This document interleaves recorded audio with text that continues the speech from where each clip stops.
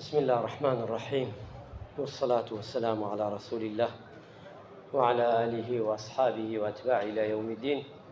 أما بعد، السلام عليكم ورحمة الله وبركاته.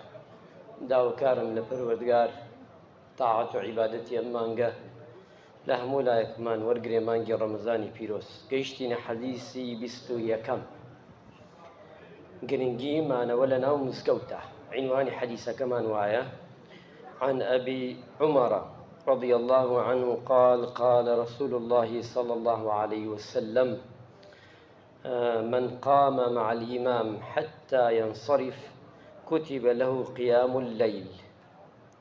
واتا هر کەسێک ابن عمر فەرمێ پێغەمبەری نازدار فەرموویەتی صلى الله عليه وسلم: هەر کەسێک لەگەڵ ئیمامە نوێژ دابەستێ، نوێژ بکات، حتا لەگەڵیا تەواوی دەکات، سەلام دەداتەوە دەڕۆ و جەنابتان ئێستا نوێژی عیشاءەکەین و تەراویحەکەکەین و وترەکەشەکەین کە ڕۆیتەوە هەتا بەیانی کە تۆ بخەوی هیچ نەکەی، خوای گەورە ئەینووسێ ئینشاء الله تعالی ئیم شەو فڵانی کوڕی فڵانیە، ئەمما ئەم خەڵکەیە کە ناویانە هەمویان هەتا بەیانی شەو نوێژیت بۆ دەنووسرێ.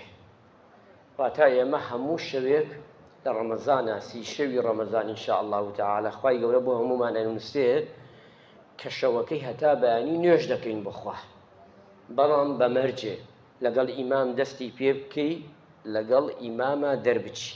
خۆی سونەت واشە ئیمام پێشی تۆ بێ دەربچێ. هەندێک سونەتەیە ئێمە زۆر جار ئەسڵ ئەوەیە ئیمامەکە ئەگە دەرچێ ئێستا ئێمە بەعزە جار دانیشین بە وتار قەینان، بەڵام ئەسڵ ئەوەیە جاران ها پیاوە قەدیمەکان دەرناچوو ناکەوتە پێشی مامۆستا بۆی مامۆستا دەرچێ، خۆی ئەوە سونەتە. یان لە سونەتێکی ترمانە زۆر جار خەڵک فەرامۆشی کردووە ئەم سونەتانە، ئینشاءڵڵا هەوڵەدەین ساڵانی تر ئەو سونەتانە دانێنەوە، خەڵک نازانێ یان لە فکری کردووە یان ئەزانێ و ئیهمالێکە.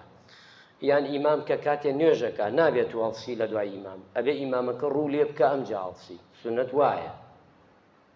ئەی بەڵام ئێستا سێرەکەی جارێ سەلامی نەداوتەوە ها لە قاپی، ئیش لەوان نەماوە، هەر سەلامی ئەوەڵ سێرەکەی ها لە قاپی چی جابێ بکاتە لای ئەوە تەحەمولی نییە.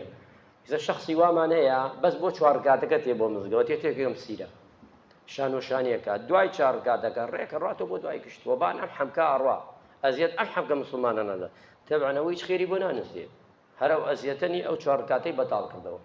تۆ مەدام ئیشێک تەیە سەفەرێک تەیە شەوێ لە شەوان پێویست ناکە بی بۆ بەردەم، جوان لە دواوە لە شوێنێکەوە نوێژ بکە، سەلامی داوە بخۆت دەربچۆ و بڕۆ، بۆی ئەزیەتی مسلمانان نەدەی. زۆر جار ئەمانە ئەکرێ بینین، بۆیە لەگەڵم حەدیسا کاتی خۆیەتی باسیکەین کەواتە لەگەڵ ئیمام دەست پێ بکەی و لەگەڵ ئیمام شاتەواوی بکەی، ئەمە خێری قیام اللەیل و شەو نوێژیت بۆ دەنووسرێ. ئەچین حەدیسی 22 گەورەترین نیعمەتی دنیا. عن عبد الله بن عمر رضي الله عنه قال: قال رسول الله صلى الله عليه وسلم: الدنيا متاع وخير المتاع الدنيا المرأة الصالحة. واتا دنیا خۆشیە، لەزەتە، دنیا ڕابواردنی شەرعیە ئەتوانین وا بڵین، واتا دنیا پڕی لەمانەیە، بەڵام لەناو ئەمانەدا کە چییە؟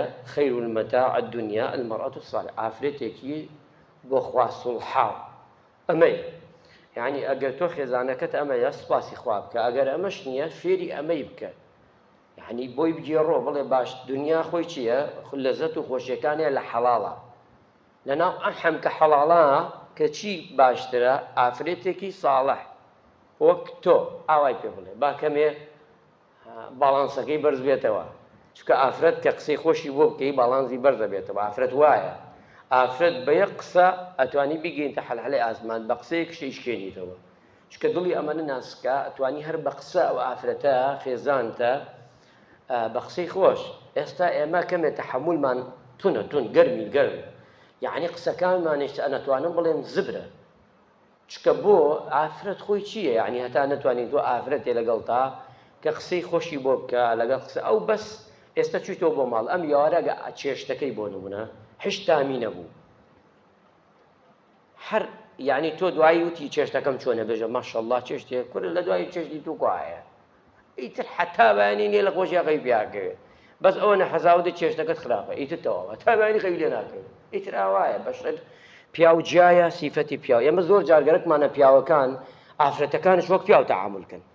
ئێمە خۆمان گەرەکمان وا بکەین. نە، بەڵکو باشترین ئافرەت ئەمەیە. قسەکەم بۆ گەنجەکانە کردومانە لە یاوەرەشە، زۆر جارم حەدیسەمان باس کردووە. هەڵبژێرات ئافرەتێکی ساڵح و چاک و باش هەڵبژێرن. خوای گەورە ڕەحمان پێ بکە، عاقبەت خێرمان بکە و لەشمان ساغ بکە. خوای گەورە تەعات و عیبادەت لە هەموومان قبوڵ بکە.